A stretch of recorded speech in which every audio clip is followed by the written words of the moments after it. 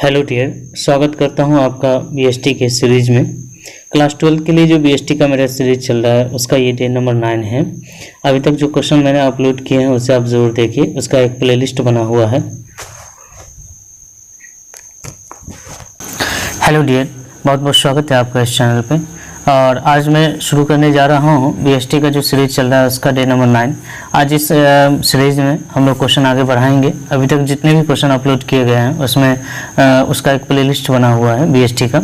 उसका प्लेलिस्ट मैं आपके इस वीडियो के डिस्क्रिप्शन बॉक्स में भी दे दूँगा। आपसे गुजारिश है कि आप ज़रूर उसे देखिए और आपके एग्ज़ाम में सारे ही क्वेश्चन यहाँ से आपको हूबहू मिल जाएंगे।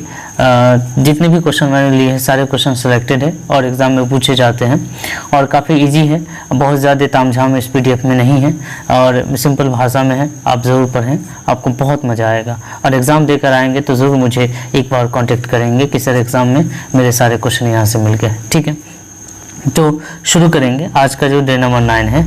आज का जो क्वेश्चन है प्यारे बच्चों, वो क्वेश्चन है 68 से शुरू करेंगे। जितना क्वेश्चन मैंने शॉर्ट क्वेश्चन के लिए लिया है वो है 121। उसमें 121 में अभी तक मैंने 67 क्वेश्चन करवा दिए और आज ये 68 से हम लोग करेंगे। तो 68 नंबर क्वेश्चन आपको पढ़ना है और अब हमारे साथ पढ़ना है। ठीक है, नियोजन और नियंत्रण में संबंध क्या है।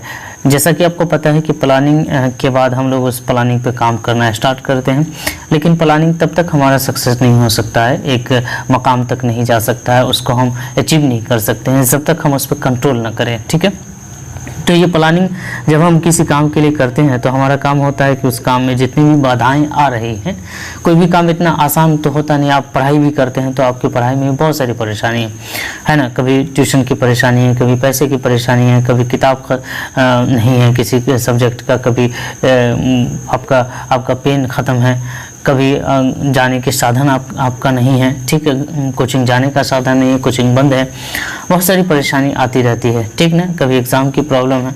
तो उन परेशानियों को जब तक कंट्रोल नहीं किया जाएगा, जब तक उस परेशानी को, उस त्रुटियों को दूर नहीं किया जाएगा, तब तक प्लानिंग जो आपकी है वो सक्सेस नहीं हो पाएगी। ठीक है, तो प्लानिंग को सक्सेस होने के लिए कंट्रोल का होना बहुत ज़रूरी है, क्योंकि काम करने से नहीं होता है, काम में जो त्रुटि होती है उसको सुधारने से भी होता है। स्वाभाविक है कि जब हम कोई बड़ा काम लेकर चलेंगे, बड़ा लक्ष्य लेकर चलेंगे तो उसमें परेशानी तो आएगी, उसमें त्रुटि तो आएगी, कमी तो आएगी।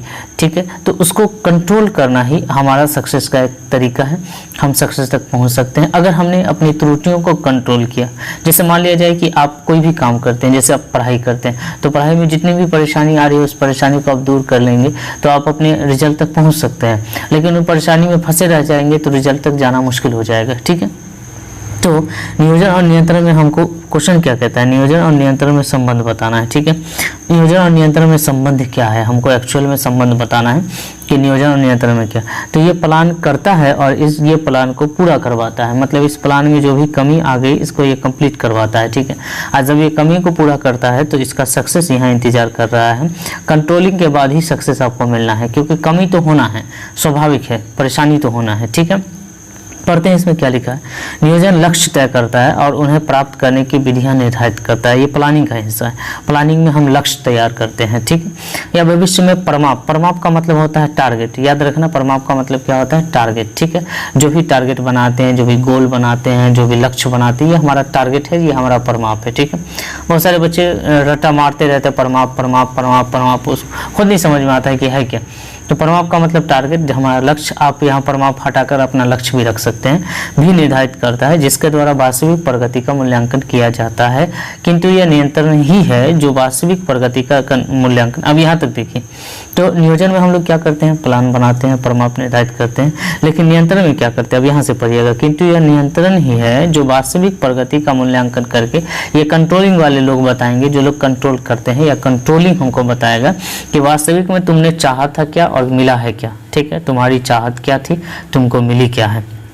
तो वास्तविक प्रगति का मूल्यांकन करके सुधारात्मक कार्यवाही, ठीक है, कार्यवाही कर लीजिएगा, कार्यवाही करके लक्ष्य की प्राप्ति को सुनिश्चित करता है। ठीक है, देखिए कमी आएगी, कोई भी लक्ष्य आसान नहीं होता है। ठीक है, पढ़ाई भी आसान नहीं होता है, नौकरी भी आसान नहीं होती, बेरोजगार बैठना भी आसान नहीं होता है। ठीक है, तो कमी तो सब जगह आएगी, तो उस कमी को सुधारना ही हमारा सक्सेस है, सक्सेस तक हमको ले जा सकता है। और ये काम कौन करेगा? कंट्रोल करेगा। किसकी कमी को सुधारेगा? तो प्लानिंग की कमी को सुधारेगा। स्वाभाविक, आप प्लान करेंगे तब तो कमी आएगी। जो कुछ करेगा नहीं, जो कोशिश करेगा नहीं, उससे त्रुटि क्या होगी? सोचिए आप बात को, ठीक है।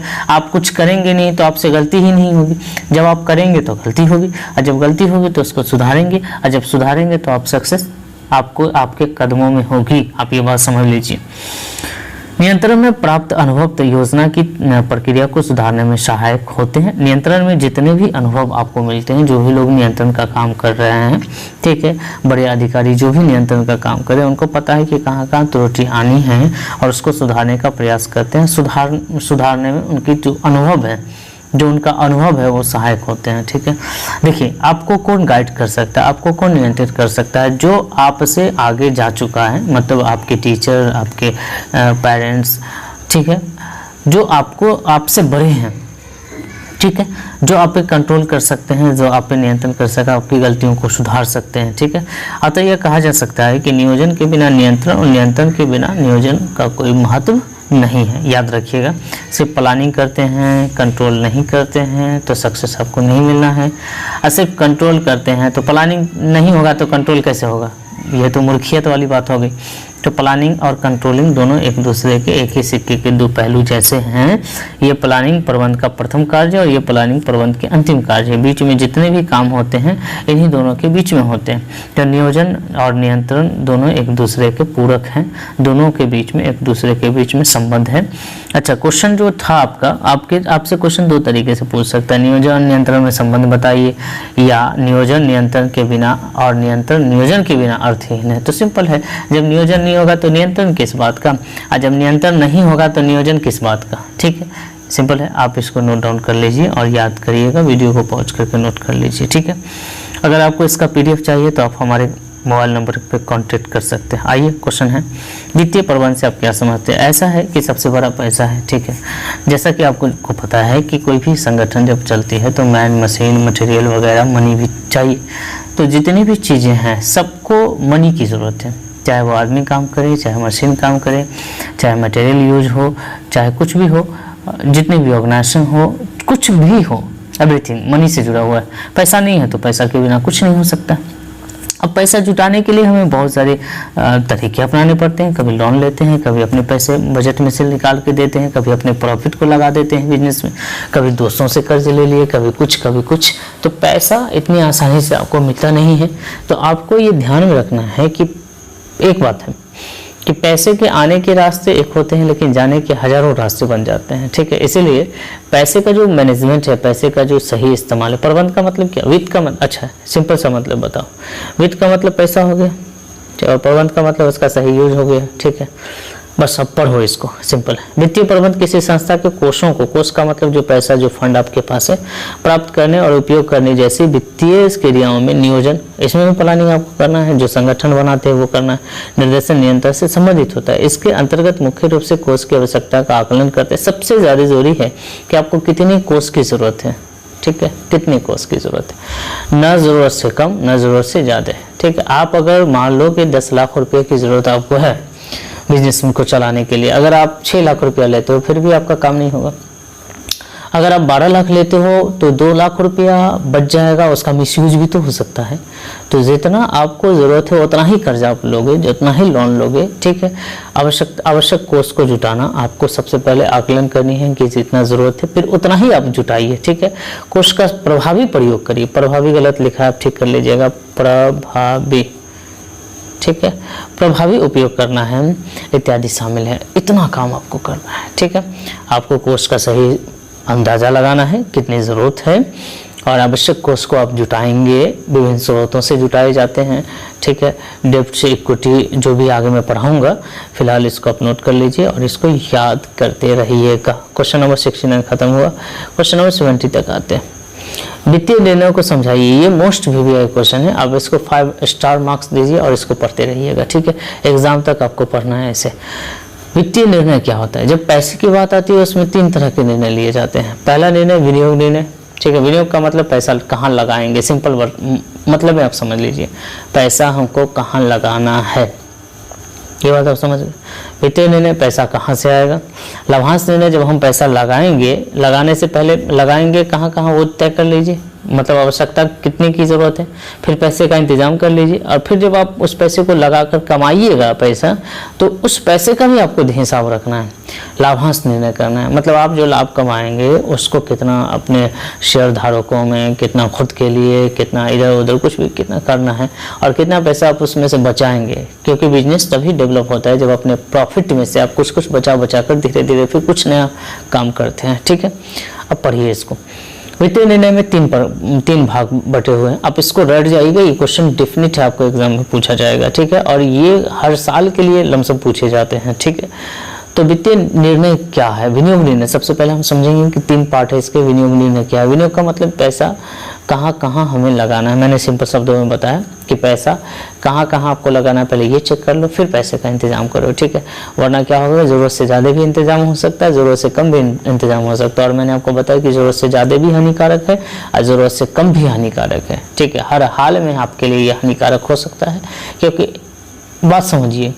ठीक है, जितना ज़रूरी है उतना ही होना चाहिए। ठीक, विनियोग निर्णय क्या है। किसी भी फर्म के पास, फर्म मतलब कोई भी संगठन, कोई भी व्यवसाय पास साधन सीमित होते हैं, ये बात पता है। आप अपने आप पे ले लो, आप चाहे आपके पिताजी कितना भी कमाते हो या किसी के पिताजी नहीं भी कमाते हो, आपके पास भी उतने ही साधन की कमी है जितना उसके पास है। ठीक है, साधन सीमित होते हैं। व्यवसाय में फंड की पूर्ति के लिए वित्तीय की लागत भी सीमित होती है। पैसे कहाँ से आएंगे उसका कुछ कॉस्ट भी लगता है, जैसे आप बैंक से लेते हैं तो भी कॉस्ट लगता है। व्यवसाय में अपने सीमित साधनों का विनियोग सोच समझ कर करना चाहिए, व्यवसाय के अधिकतम लाभ कमा सके। आप सिंपल शब्दों में ये बता दीजिए कि हाँ भैया, पैसा हम ऐसी जगह लगाएंगे जहाँ मुझे नुकसान नहीं हो, और मुझे कहाँ कहाँ कितना कितना लगाना है, ये सोच समझ के हम पहले तय करके रखेंगे। यहाँ इधर से पैसा आएगा तो यहाँ जाएगा, इधर से पैसा आएगा तो यहाँ जाएगा। ठीक है, वरना अगर आप तय करके नहीं रखेंगे तो आपका सारा बजटवा गड़बड़ा जाएगा, और जब एक बार बजटवा गड़बड़ा जाएगा तो आपका काम नहीं होगा। ठीक है, आप सक्सेस नहीं हो सकते, ये बात आप लिख लो। दूसरा है वित्तीय निर्णय क्या है। एक फर्म को यह भी तय करना पड़ता है कि किस स्रोत से कितनी पूंजी प्राप्त करनी है। ठीक है, इसे वित्त की सबसे उपयुक्त स्रोत की पहचान करनी पड़ती है। स्रोत करने का मतलब क्या है कि आप या तो कुछ लोगों को अपने यहाँ ऑनर बना लो, शेयर में पैसा जुटा लो कि हाँ भाई मेरे यहाँ शेयर लगा दो, मुझे लाभ जो होगा तुमको दे देंगे। ठीक है, या तो आप लोन ले लो। दूसरा तरीका यह है कि आप लोन ले लो, तो फिर लोन लोगे तो फिर उसको निश्चित रूप से इंटरेस्ट आपको देना पड़ेगा।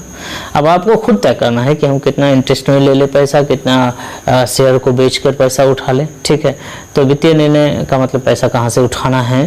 पहला निर्णय ये था कि पैसा कहाँ लगाना है, फिर आपको ये देखना है कि वित्त कहाँ से उठाना है, फिर आपको ये देखना है कि जब हम लाभ कमा लेंगे तो क्या करेंगे उस पैसे का। अंशधारी अस्थायी दर से लाभांश की आशा करता है, जिससे आपने पैसा उठाया है शेयर पे उसको लाभ दोगे। तो जो कंपनी द्वारा अर्जित लाभ का एक हिस्सा होता है, जो कंपनी आप कमाते हैं उसमें से कुछ कुछ पार्ट जो है अपने अंशधारियों को भी देते हैं। ऐसे आप लिख सकते हो। इस लाइन को अगर आप छोड़ भी दो तो ऐसे लिखोगे कि अंशधारी को अपने लाभ में से, अर्जित लाभ में से कुछ कुछ हिस्सा शेयर के रूप में दिया जाता है। अब हमको ये निर्णय लेना पड़ता है कि वित्त के संबंधित यह निर्णय बहुत जरूरी है कि लाभ का कितना भाग समझ ध्यान से पढ़ना, लाभ का कितना भाग अंशधारियों के बीच में वितरित की जाए और कितना भाग भविष्य की जरूरतों को पूरा करने के लिए व्यवसाय में रखा जाए। बहुत सिंपल। ठीक है, तो इसको आप नोट डाउन करेंगे और नोट करके याद करेंगे। ठीक है, एग्जाम तक रिवीजन करेंगे। आगे बढ़िए। पूंजी ढांचा क्या। अभी जस्ट मैंने आपको बताया कि पूंजी ढांचा आपके पास दो तरीके हैं पूंजी जुटाने के। एक लोन है, एक डेप्ट मतलब इक्विटी का मतलब अपने अंशधारियों से पैसा आप जुटा लीजिए। दूसरा डेप्ट से। अंशधारियों से पैसा जुटाना थोड़ा सा नुकसानदेह कम होता है, मतलब नुकसानदेह नहीं होता है। लाभ होगा तो दीजिएगा, नहीं होगा तो नहीं दीजिएगा। ठीक है, लेकिन डेप्ट में जब पैसा उठाइएगा मतलब लोन लीजिएगा तब आपके लिए मुश्किल हो जाएगी। ठीक है, तब तो आपको या ज़रूरत तो दोनों की पड़ती है, हालांकि एक बिजनेस में दोनों का संतुलन बना रहना चाहिए। ठीक है, ना तो डेप्ट से इक्विटी से ज़्यादा नहीं होना चाहिए। इक्विटी से ज़्यादा अगर लोन हो जाएगा तो फिर आप मुश्किल में पड़ जाएंगे। पूंजी जुटाते समय आपको ध्यान में रखना है कि हम इतना ना कर्ज ले लें कि फिर हम उतना सधा ही ना पाए या फिर हम उसको ना रिटर्न कर पाए। तो हमको ध्यान में रखना है कि हमारा पूंजी का संतुलन बेहतर होना चाहिए। जो स्ट्रक्चर हम बनाएंगे, जो ढांचा बनाएंगे, जो संरचना बनाएंगे वो बेहतर होना चाहिए, ताकि हम लाभ भी कमा सके और हमारा बिजनेस चलता भी रहे और हमारे अंशधारियों को भी लाभ मिलता रहे। ठीक है, समझ गए। तो पूंजी के दीर्घकालीन साधनों के पारस्परिक अनुपात को पूंजी ढांचे या पूंजी संरचना कहते हैं। पूंजी ढांचा एक व्यापक शब्द है जिसमें समस्त दीर्घकालीन कोषों को शामिल किया जाता है। मतलब आप जो पूंजी उठाते हैं वो लंबे समय के लिए उठाते हैं। पूंजी 1-2 दिन में तो आप वापस कर नहीं सकते किसी को। तो आपका जो दीर्घकालीन साधन है कोष जुटाने का, मतलब पैसा जुटाने का, उसको शामिल करते हैं। पूंजी ढांचा को निर्धारित करते समय कंपनी के प्रवर्तकों को, ठीक है, अच्छा, कंपनी के प्रवर्तकों मतलब जो कंपनी के ऑनर हैं, ठीक है, जिन्होंने बिजनेस स्टार्ट किया है, को इस बात का निर्णय लेना पड़ता है कि स्वामित्व पूंजी मतलब अपना कितना पूंजी लगाएंगे। मतलब स्वामी के रूप में, शेयर के रूप में, हम इक्विटी के रूप में जो लोग पैसा लगाएंगे वो शेयरधारक कहलाएंगे। और बाकी पैसा अगर नहीं कंप्लीट हो रहा है, मतलब उतना पैसा आपके पास नहीं आ रहा है जितना ज़रूरत है, तो आप ऋण के रूप में कितना लोगे, इसका सही रेशियो क्या होना चाहिए वो आपको निर्णय लेना है। ठीक है, मतलब ढांचा बनाएंगे पैसे का, पूंजी का, उसमें कहाँ से कितने पैसे आएंगे उसका सही हिसाब आपको ध्यान में रखना है, वरना दिक्कत आ सकती है आपके बिजनेस में। तो इस 71 नंबर क्वेश्चन क्लियर हुआ। आप इसे नोट डाउन करेंगे और एग्ज़ाम तक रिविज़न करेंगे। आइए अगला क्वेश्चन है 72। ठीक है, तो 72 नंबर क्वेश्चन देखेंगे। अस्थायी पूंजी से आप क्या समझते हैं, इसकी विशेषता बताइए। आइए सबसे पहले कुछ फिगर जो आपको दिख रहा है वो देखिए। जो बिल्डिंग आपको दिख रहा है, जो ज़मीन आपको दिख रही है, भूमि, जो मशीन आपको दिख रही है, जो फर्नीचर्स आपको दिख रहे हैं, ये सब महंगे सामान होते हैं। ठीक है, महंगी चीज़ें होती हैं और इसमें पैसे लगाए जो जाते हैं वो ऐसी जगह से आप पैसे उठाएंगे जिसको रिटर्न ना करना पड़े जल्दी। ठीक है, सपोज कर लीजिए आप घर बना रहे हैं, अपने किसी दोस्त से आपने 1 साल के लिए घर के लिए पैसे उठाए। ठीक है, तो घर से पैसे रिटर्न थोड़ी होते हैं, घर को थोड़ी बेच लेंगे आप। ठीक है, उसको पैसे उसमें जो बिजनेस चलेगा उससे कमा कर आपको देना है, तो इतना जल्दी तो नहीं होगा। ठीक है, क्या आपने अगर 1 लाख रुपया कुछ भी ऐसा लगाया है तो पैसा तुरंत रिटर्न तो नहीं होना। ठीक है, तो दीर्घकालीन साधनों के लिए, दीर्घकालीन संपत्तियों के लिए आप ऐसी जगह से पैसा उठाएंगे। ठीक है, दीर्घकालीन संपत्तियों के लिए एक ऐसी जगह से पैसा उठाएंगे, ठीक है, जहां हमको तुरंत लौटाने की ज़रूरत नहीं पड़े। तो आमतौर पे जहाँ घर बनाता है मेरे प्यारे बच्चों, तो उस समय में ध्यान से देखिएगा, आपको पता होना चाहिए जब घर बनाता है तो होम लोन लेता है। ठीक है, कौन सा लोन लेता है? होम लोन लेता है। ठीक ना, जैसे भूमि है, ये हो गया, जैसे फर्नीचर हो गया, ये सब चीज़ें ऐसी जगह से पैसे उठाने जहाँ रिटर्न न करना पड़े। अच्छा, इसकी विशेषता क्या है? तो ये तो लंबे समय तक आपके पास रहेगी। जो सही है कि हाँ, इसमें जोखिम भी ज़्यादा है। ठीक है, इसमें जोखिम ज़्यादा कैसे? जैसे एक बिल्डिंग है, ये अगर किसी तरीके से गलत तरीके से कंस्ट्रक्ट हो गया और ये गिर जाए तो कितना का नुकसान आपको हो सकता है। ज़मीन में ज़्यादातर उतना नुकसान नहीं है, मान लिया जाए ये है, मशीन ख़राब हो गया, फर्नीचर गलत तरीके से हमको लग गया या टूट गया, कुछ भी ऐसा हो गया तो ज़्यादा नुकसान है। ये लंबे समय तक रहेंगी, नुकसान भी ज़्यादा है, पैसे भी ज़्यादा लगते हैं। ठीक, आइए पढ़िए उसमें क्या लिखा है। अस्थायी पूंजी से उस पूंजी से है जिसका उपयोग अस्थायी संपत्तियों को खरीदने में किया जाता है, जैसे भवन। अच्छा, यहाँ भवनी लिखा गया है, इसको आप भवन कर लेंगे। भवन, मशीन, भूमि इत्यादि। इसकी विशेषताएं निम्नलिखित है। पहला, अस्थायी पूंजी दीर्घकालीन प्रकृति की होती है। दूसरा, अस्थायी पूंजी में जोखिम अधिक रहता है, चूँकि पैसा ज़्यादा लगा है, कुछ भी हो जाएगा तो जोखिम है। अस्थायी पूंजी की मात्रा व्यवसाय की प्रकृति पर निर्भर करता है। अगर आपका छोटा बिजनेस है तो छोटी कम अस्थायी पूंजी में भी काम चल जाएगा। ज़्यादा बड़ा बिजनेस है तो ज़्यादा अस्थायी पूंजी की ज़रूरत पड़ेगी। तो बहुत सिंपल है, आप इसको नोट डाउन करिए वीडियो को पॉज करके और याद करते रहिए, एग्ज़ाम तक पढ़ते रहिए। देखिए कार्यशील पूंजी क्या है, इसको समझिएगा। ठीक है, सपोज कर लीजिए कि आपके पास आपका कोई दुकान है। ठीक है, मान लिया जाए मेडिकल स्टोर है। ठीक है, मेडिसिन आप बेचते हैं। एक और बंदा है जो होलसेलर का काम करता है और आपको 10,000 का मेडिसिन उधार दिया। ठीक है, अब आपने इस मेडिसिन को 12,000 में बेचा। ठीक है, तो इस बंदे को 10,000 लौटाओगे कि नहीं लौटाओगे? ठीक है, बिल्कुल लौटाओगे।